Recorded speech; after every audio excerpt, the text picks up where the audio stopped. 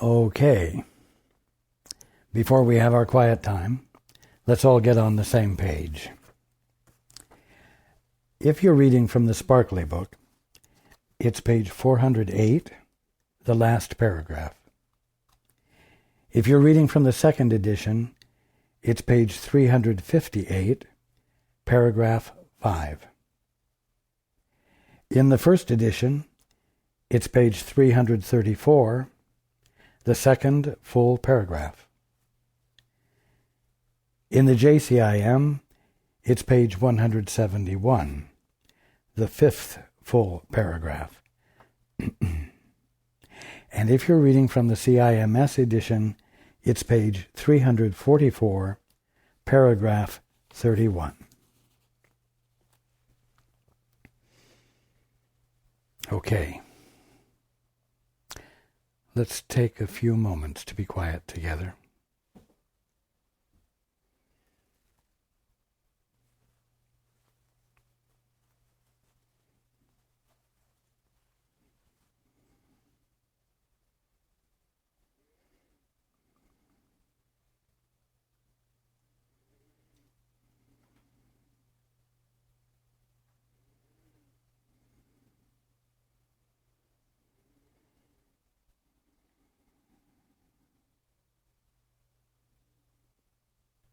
Good evening. And welcome to everyone who's joining us on the internet.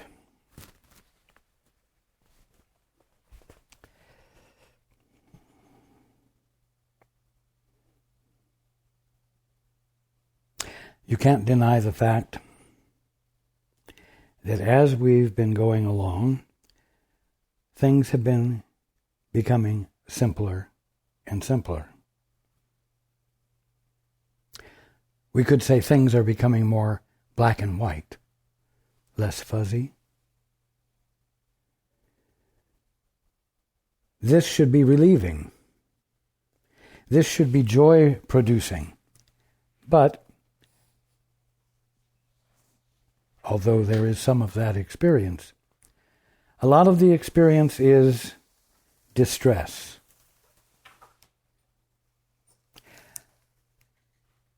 Because at the bottom line, it requires abandoning things that you have greatly valued. It requires letting go of things which you feel have provided you with security.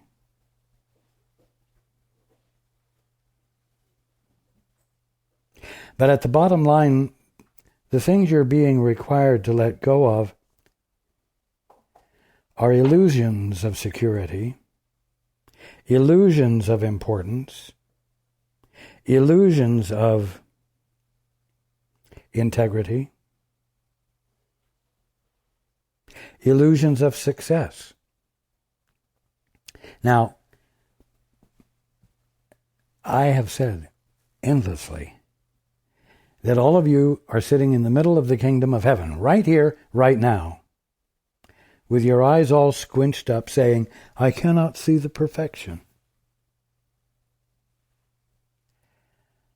You're sitting in the middle of the kingdom of heaven, and you're not experiencing it as what it is.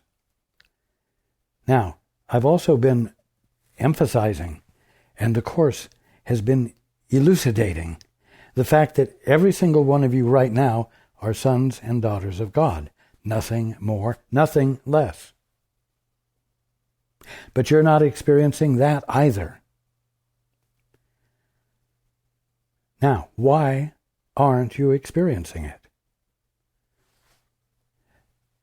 You're not experiencing it because you're programmed not to experience it. You are conditioned not to experience it.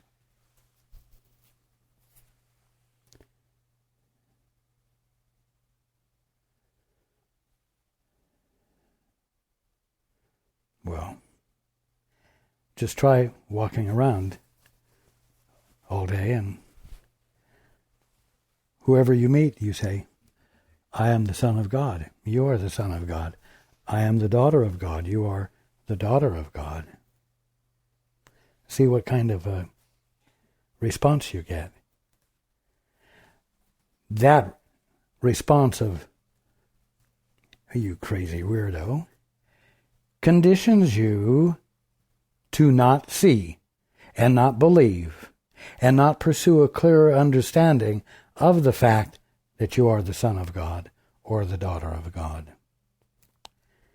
Now, while you are all obedient to the limits you all impose upon each other, and you do it for the sake of peace,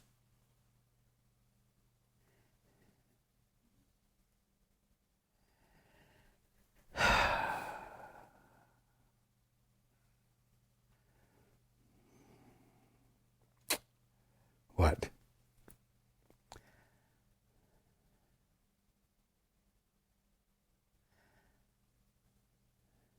You're miserable.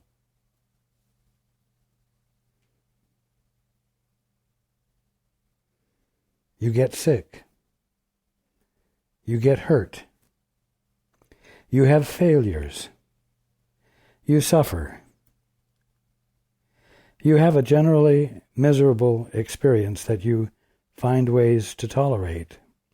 You find ways to overlook the fact that you're not happy. Oh, I can hear someone saying, "Oh, he's on his pessimistic bent again. Do I have to listen to this?" Well, you see, that's another one of the conditionings, you see.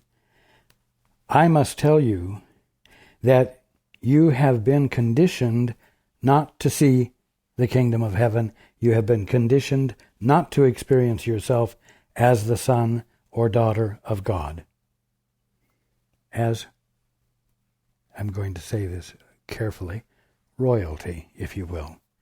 As that which is ultimately meaningful, if you will.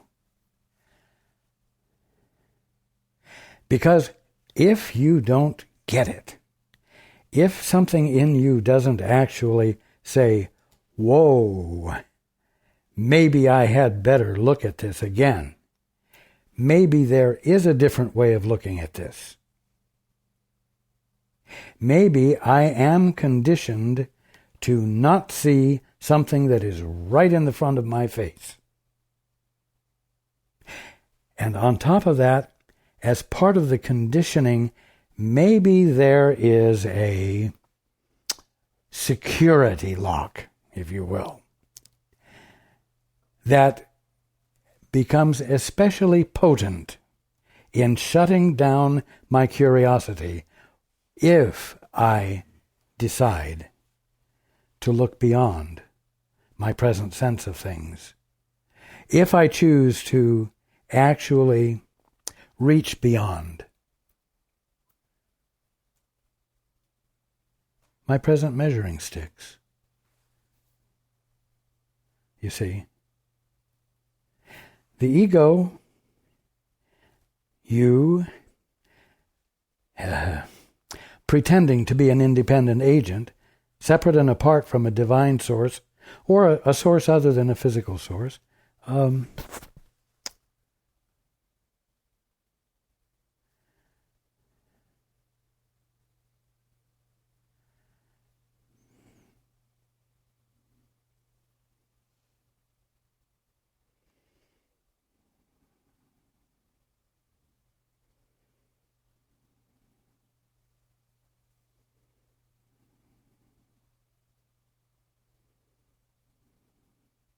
I'm sorry, this is me, Paul. I lost it.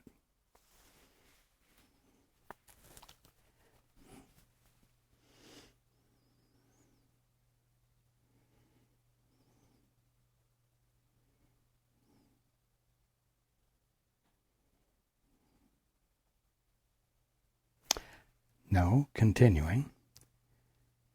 You are conditioned to be obedient to the squelches, to the inhibitions that are encoded in your mutual agreements.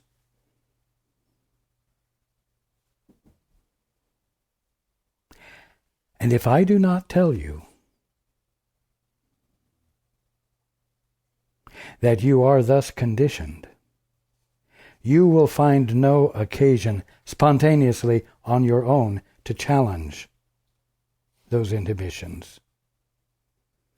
And so I must absolutely be straight with you and apparently be negative or cast doubt on the integrity of your life. I must, or you will not. And if you will not open the door for a breakthrough, for ahas to happen, for realization to occur that comes from a source outside of the mutual agreements that you and all of the orphans have come to.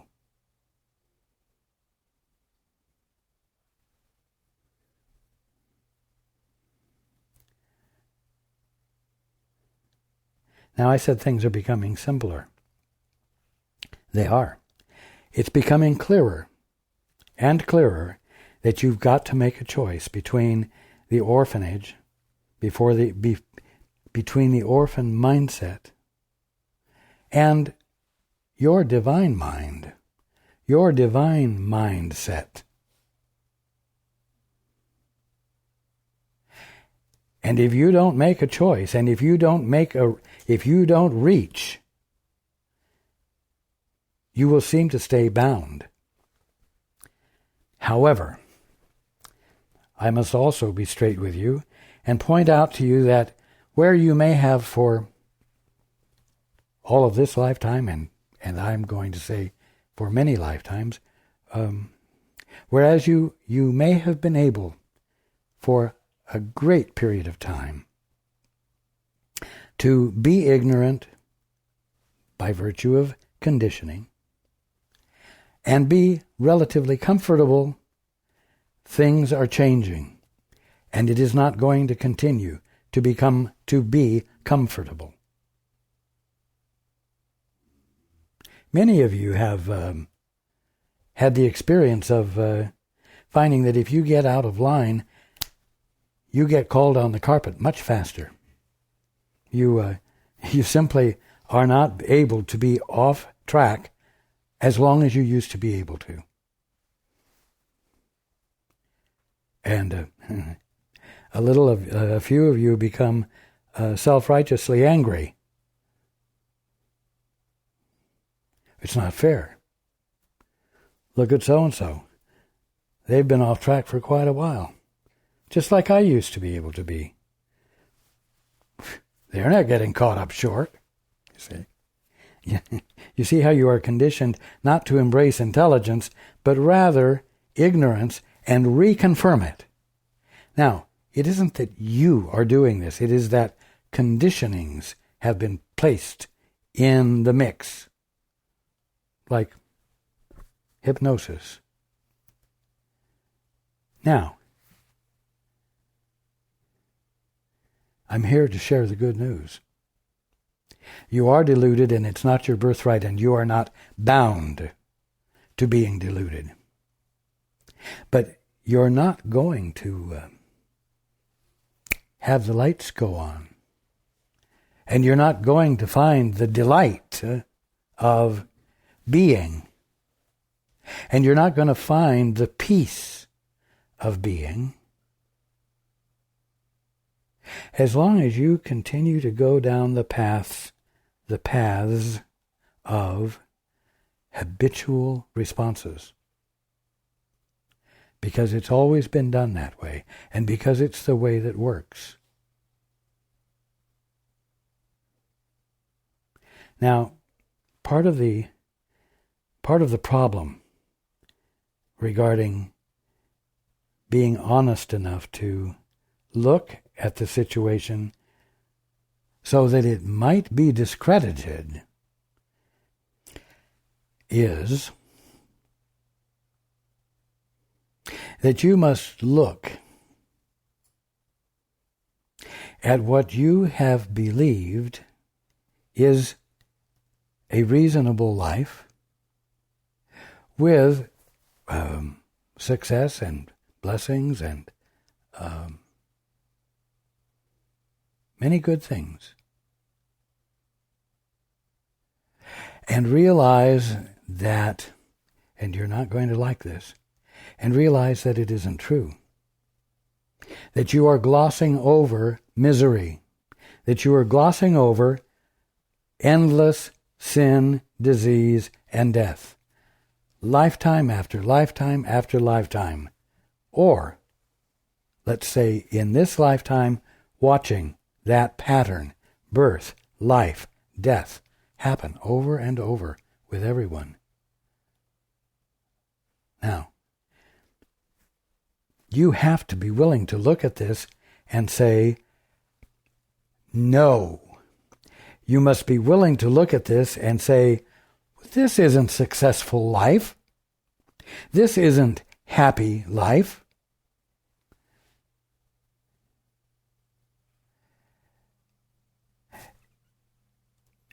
You must dare to be willing to be honest enough to say that the things that are happening do not make you happy, and that the only way you're able to find any degree of happiness is by ignoring what you're seeing.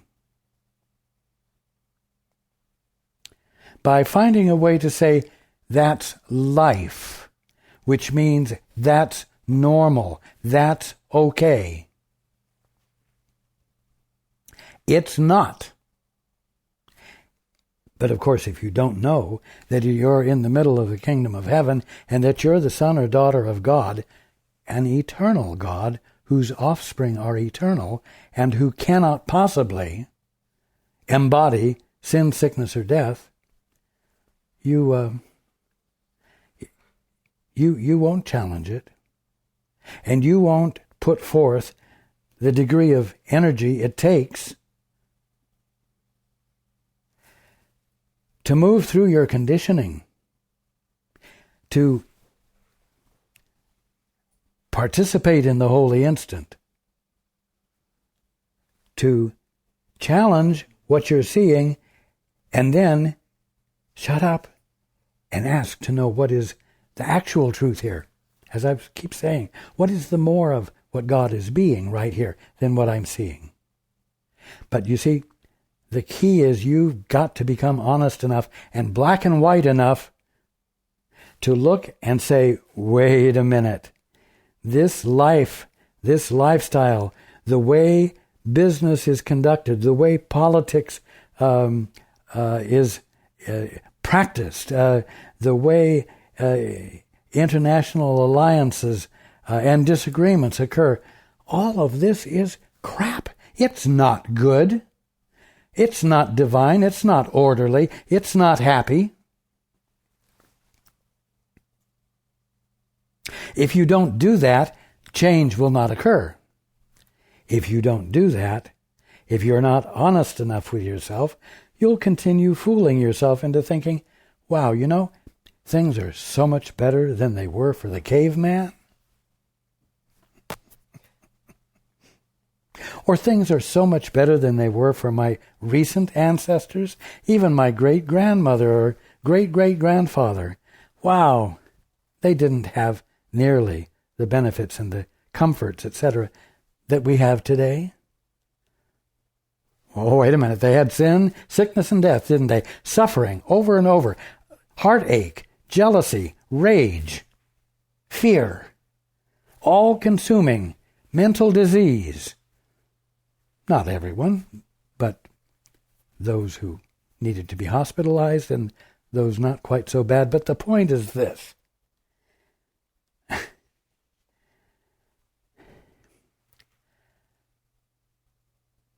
Dare to be clear enough to recognize that what you've been calling tolerable and even somewhat pleasant does not embody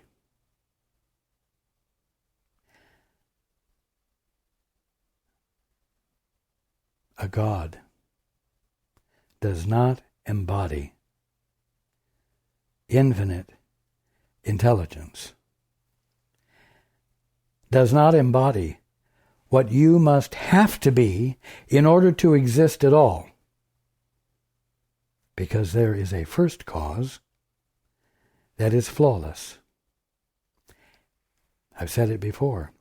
If the first cause was not flawless, if there was the slightest flaw present, because of the infiniteness of God, that tiny flaw would be totally destructive. And therefore, God would cease to exist. And there would be no one listening to me, and there would be no one for me to talk to.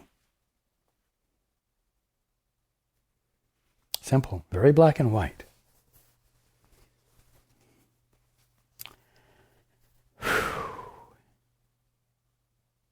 What does this mean?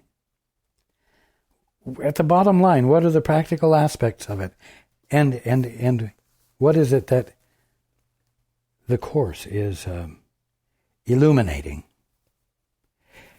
Well, it's illuminating that you are having distorted perceptions of something flawless, the kingdom of heaven.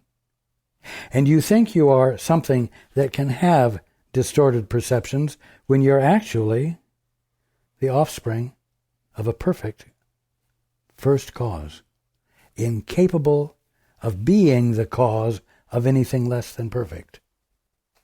That's what.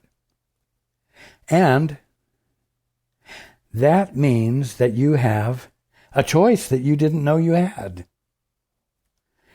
You have the choice to choose for the real, even though you don't know what it is yet. You have the choice because now you're being told that there is, quote, a real, unquote, to embrace, to experience. And that's because there's a brotherhood beyond, but including all of you, who are not caught in the same dream you are, who are not fascinated by very peculiar, creative, imaginative concepts of life and the living of it and how to be successful, who, because you are at a point of listening and hearing now, can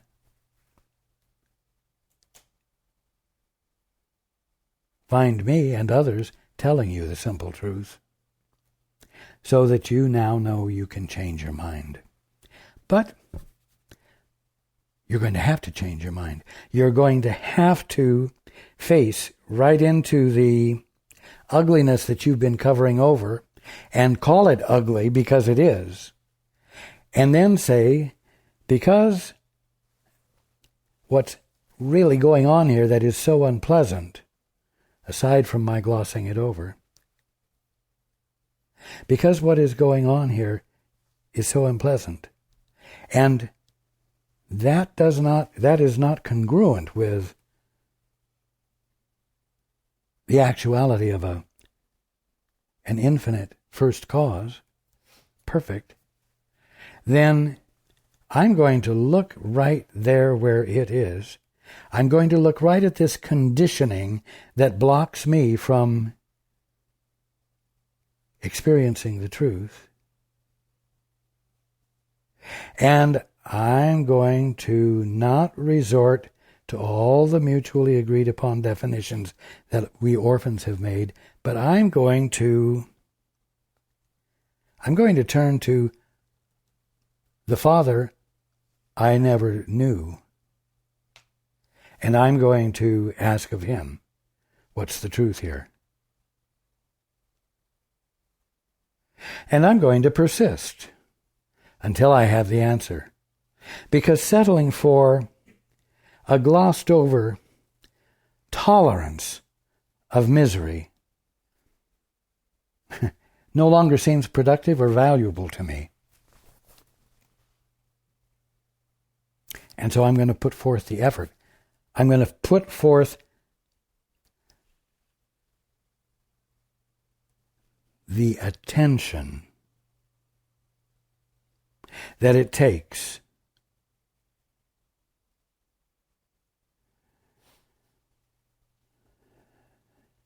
to not give up once again and just settle into the status quo because it works, it's reasonable, etc.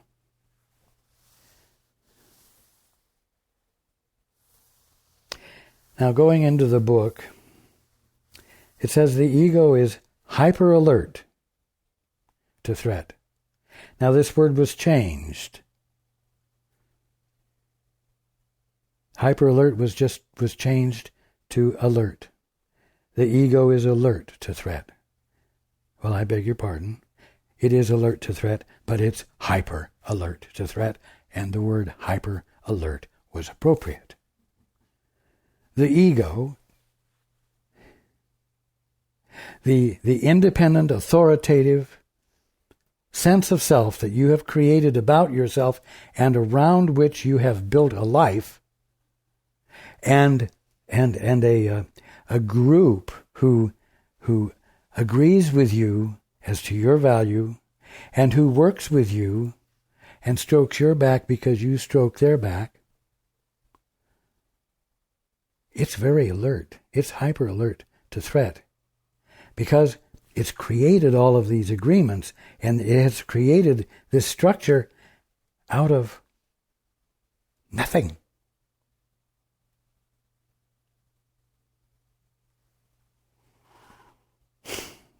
And everybody is agreeing that nothing is something. And everyone has given great definition to the nothingness that is now treated as something. Hey, the more structures you build, and the structures upon structures, the beliefs built upon beliefs, become burdensome because there's no way to really remember how to keep it all together. So there's great stress.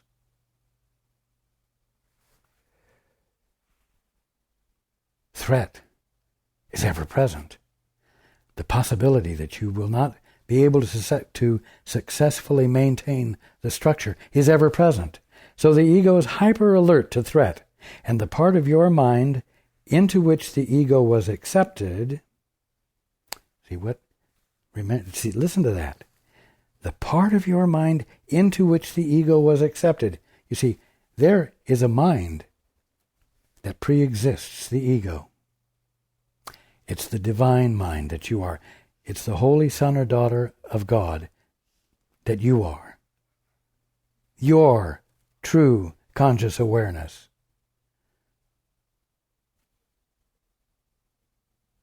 It was there before you said, Father, I'd rather do it my way. And you got a divorce and you created out of imagination a self of your own making and the making of others who chose to agree with you and support that illusion if you would support theirs. So the ego is hyper alert to threat, and the part of your mind into which the ego was accepted is very anxious to preserve its reason as it sees it. Its reason for being, its reason for what it does, etc. It does not realize that it is totally insane. And you must realize just what this means if you would be restored to sanity. Do you see? You must realize just what this means. You must realize that ugly is ugly and not something that you can tolerate, and therefore isn't really ugly.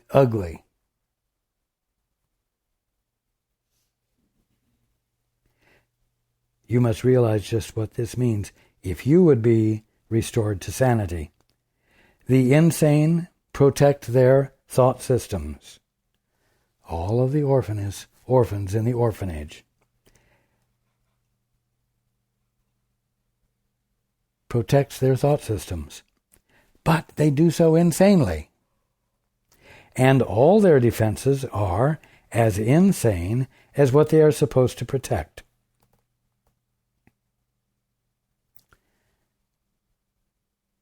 Oh, you have a wonderful definition of yourself that you've created and that others have helped you create.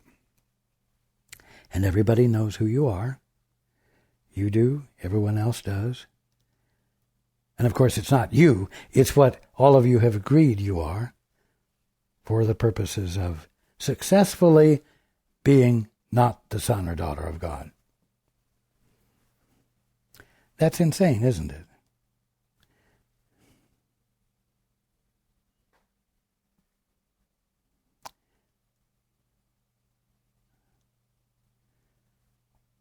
All of the mutually agreed upon definitions have as their purpose to protect and maintain the ongoing ignorance of your divinity by preoccupying you with your independent status and its improvement with the promise that you can become a presence of excellence without a source.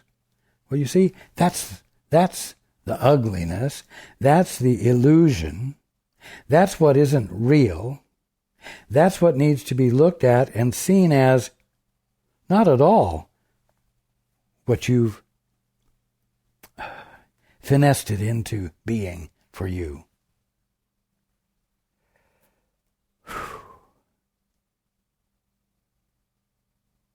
You've got to see it, or you will not have justification for letting go of it and genuinely being receptive to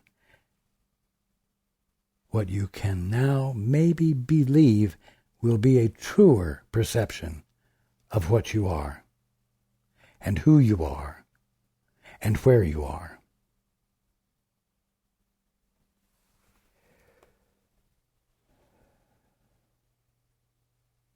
The separation has nothing in it. See? It doesn't have mutual agreements even. There are no orphanages, and there is no orphan mindset. You can imagine all these things, but they don't become actual.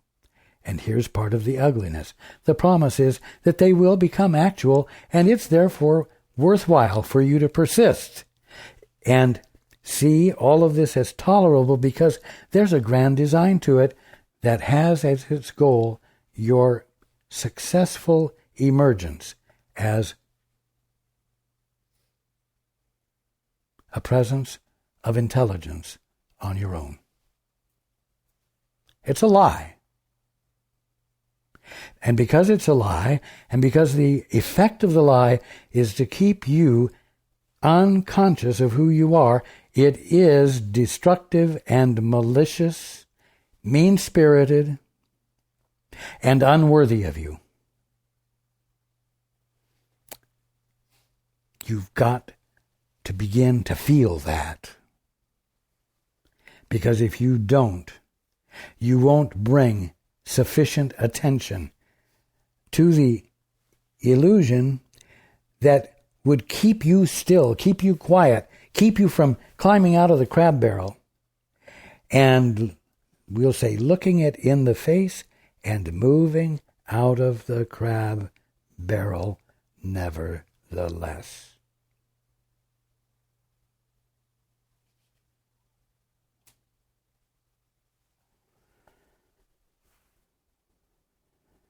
At the bottom line, that's going to mean that you are practicing a devotion to the Son of God that you are, or the daughter of God that you are, by persisting in holding to it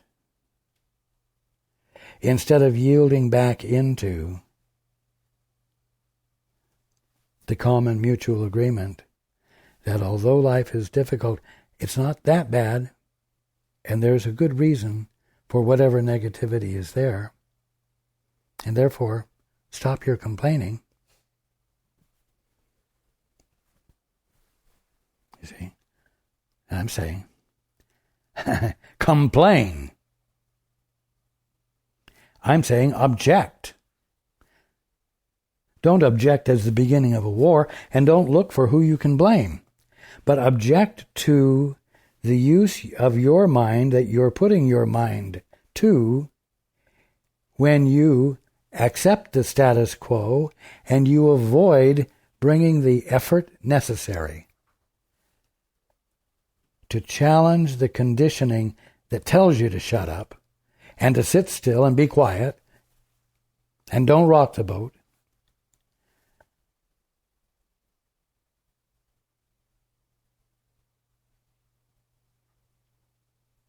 And persist in moving through it. Don't take the bluff. Ignore the bluff. Because it's coming from a self that doesn't exist. It's coming from mutual agreements that all define this process and have developed techniques for keeping you sane, meaning in your ignorance. But there's no orphan there, and there's no generated entity who can object to your objection. It's that simple. So, you could say I'm encouraging everyone to become a conscientious objector. But do it with devotion. Do it with persistence. Ask to know what the truth is here instead of the conditioning that would bind you. What is the truth here that constitutes the release of that bondage and the moving through into the divine clarity that is your birthright to be experiencing? The separation has nothing in it. In other words, independent existence has nothing in it. It's not real. There is no such thing. And no matter how much you imagine it, there's still nothing in it.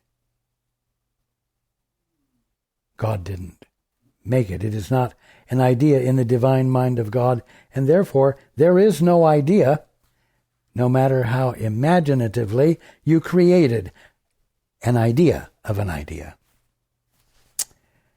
So the separation has nothing in it, no part, no reason, and no attribute that is not insane. And its protection is part of it, as insane as the whole. So you feel threat when you're willing to challenge the status quo, when you're willing to embrace the possibility that you are the son or daughter of God, and that if you abandon your independent mental practices and ask of God and yield to Him, you will get answers. You will get the clarity of His mind that is the clarity of your mind, because that's the way God created. That's the way God created.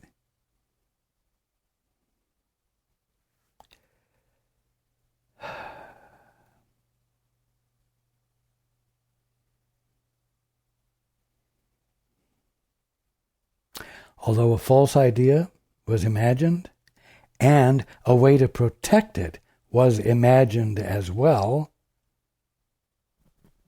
none of it is there. There is nothing to it.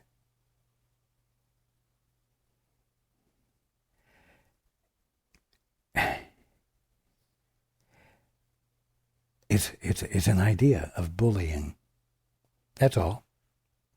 No bully around at all. But there's an idea about bullying, and there's an idea about how bullying works, and there are lots of ideas about the disastrous effects of bullying. That, of course, is part of the protection, because if it can make you afraid of being bullied, then you will not challenge the idea of bullying that's false in the first place. amazingly logical and reasonable.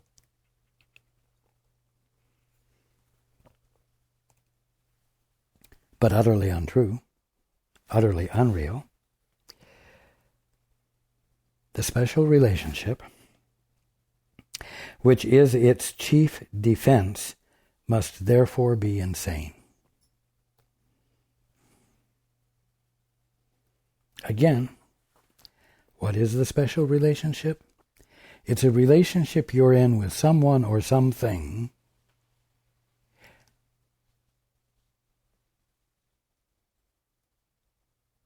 and God is nowhere to be found. You don't think that God really has anything to do with the relationship.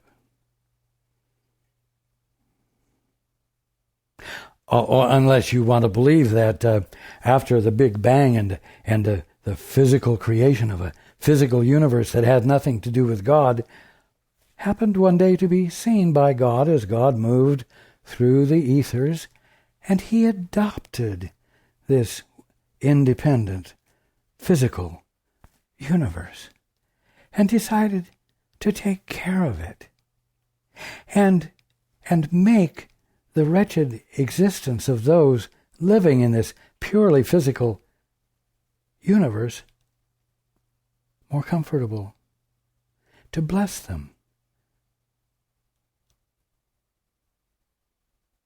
So that they weren't totally miserable. No.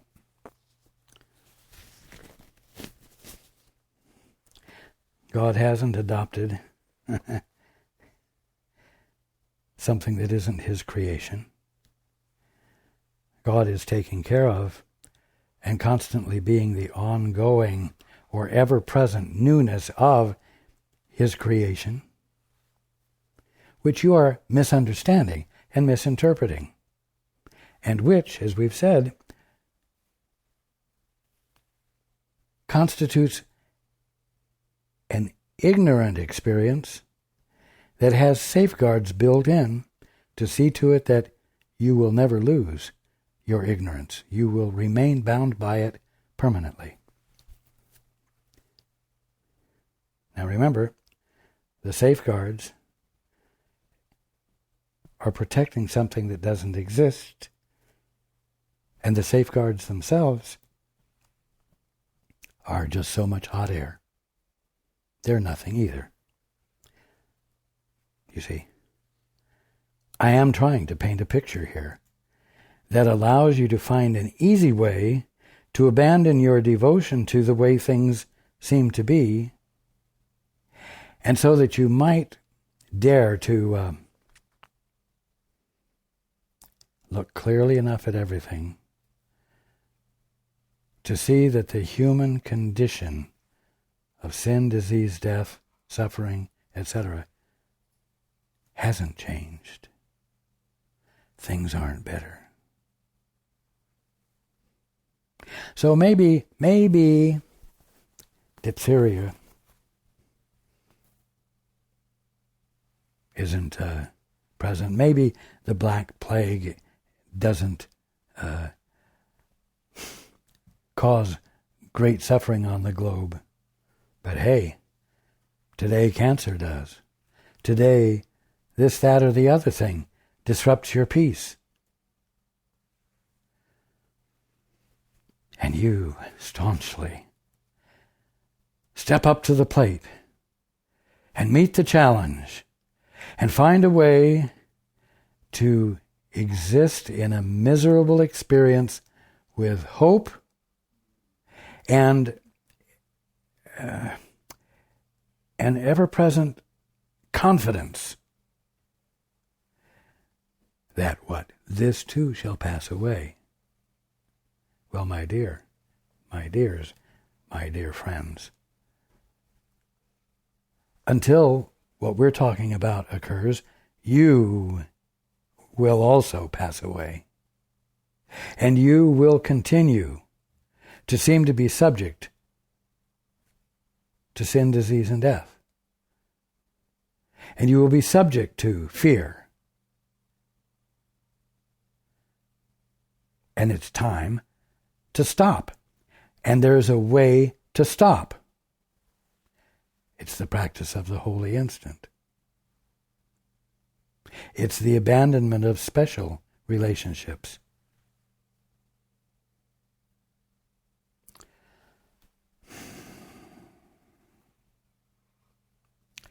You have but little difficulty now in realizing that the thought system which the special relationship protects is but a system of delusions. What thought system does the special relationship protect? The thought system of an independent, authoritative presence, built out of its own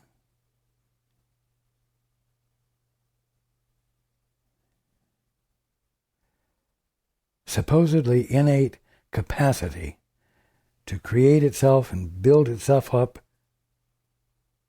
without any foundation.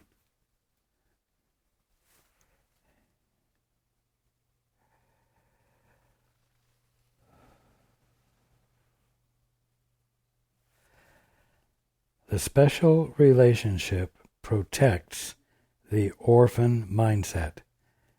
The special relationship keeps the orphanages in existence. The special relationship, therefore, constitutes what has been a most effective means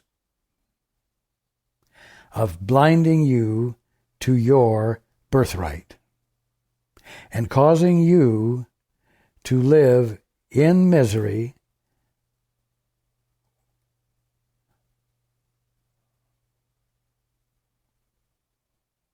with nothing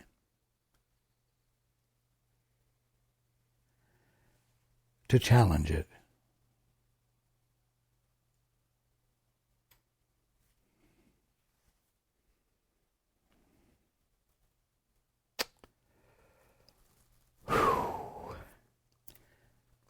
Now,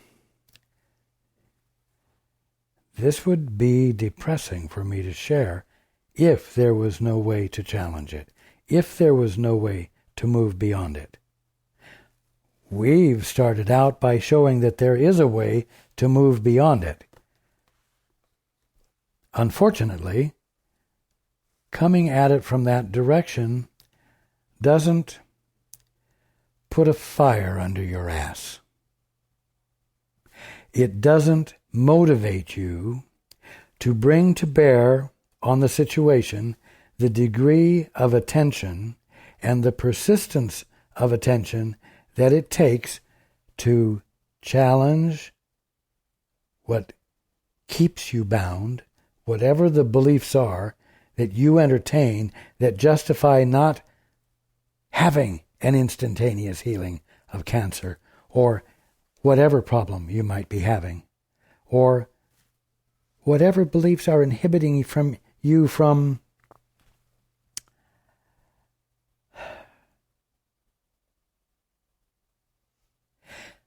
just making stupid mistakes because there's not the clarity that it's your birthright to have available to you. Because you've adopted a set of beliefs, a set of behavioral reverences that you abide by stupidly because you simply haven't bothered to bring that ignorance into the light by saying, I'm not going to continue to reinforce that automatically. I'm suspending my automatic continuance of this belief, this habit, and I am going to ask the Holy Spirit, that which is nothing more than my right mind. What is the truth here? What's the truth beyond this limitation, this inhibition that I'm reinforcing? What am I inhibiting myself from seeing? Or what is the belief that I am energizing, keeping me from seeing and experiencing, and not abandoning that quest, that question, until the clarity comes, when you will find yourself on the other side of that which had inhibited you, and when you will no longer be governed by that conditioning.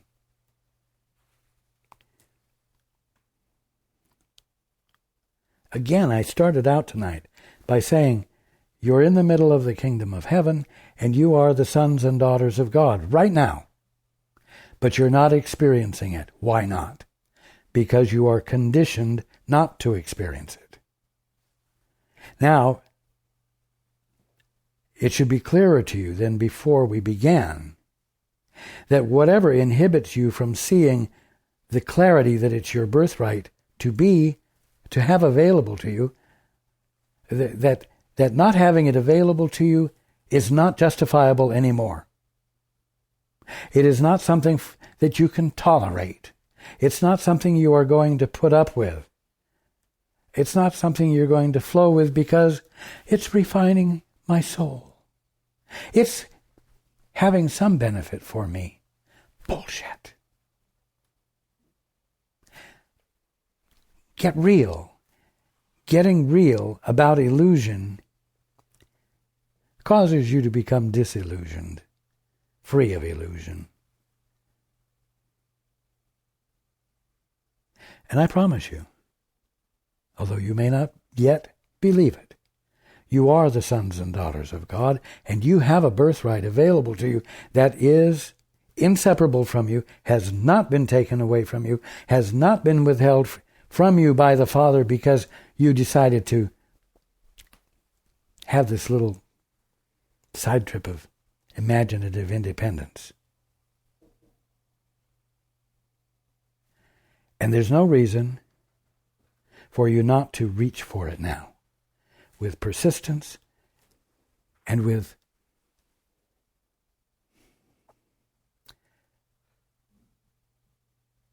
attention backed by commitment. It will be your joy to experience the result. It's the whole point of the holy instant, to bring you into that place where God's laws prevail. And your divinity is no longer held in trust while you dally with the ego. It is reinstated because you haven't blocked it. As your conscious experience of being, and as your clear identity as the son or daughter of God.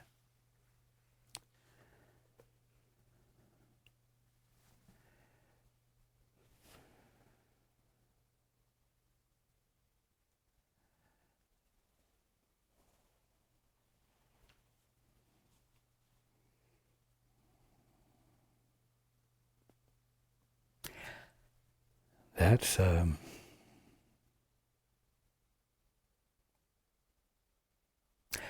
lot of wonderful ground-shaking, ground-breaking good news.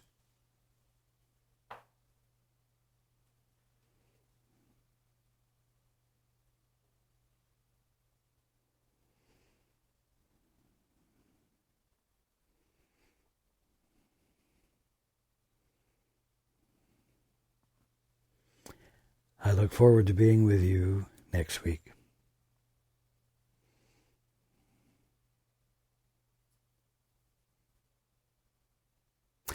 And if the doing of some of what I've discussed isn't all fun,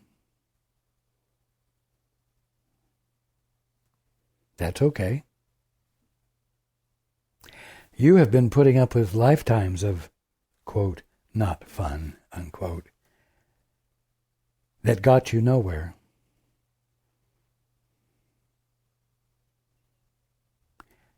Any expenditure you put forth in the direction I'm speaking of although it may not all be fun, will uncover your divinity to you and return your sanity to you.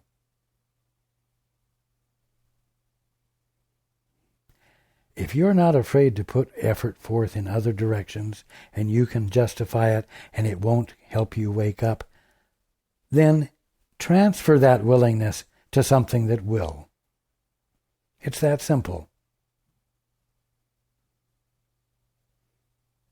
And I stand with you and behind you in support of every bit of attention you bring to this. So does your guide, and so does the Holy Spirit. That is the Holy Spirit's job.